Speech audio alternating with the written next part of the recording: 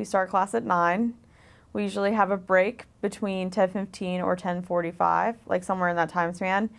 And they're supposed to be 15 minutes long, but more often than not, Yuri will play his guitar and we will sing in Yiddish during our break, or sometimes he'll sing in Russian and we'll listen. And breaks usually end up being about 20 minutes long, but that's okay because we're still, in our minds, we're still doing Yiddish. We're still singing and doing Yiddish things. And a lot of days we just, in order to get vocabulary, we'll have conversations, just normal every day. He'll ask us what's new, and we'll tell him what we did like the night before, and he'll write down certain vocabulary words on the board that he thinks we should know, and we write them down because we should, because he did, and it's good. We review grammar.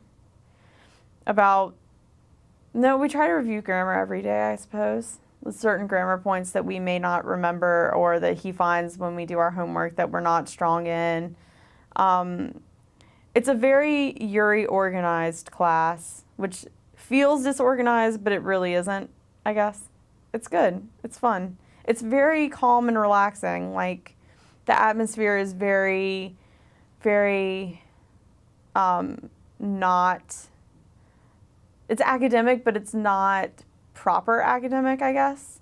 And we're all friends, and we don't mind, we don't raise our hands, we just talk, and it's very calm. It's like everyday life except for in Yiddish, I guess, with homework.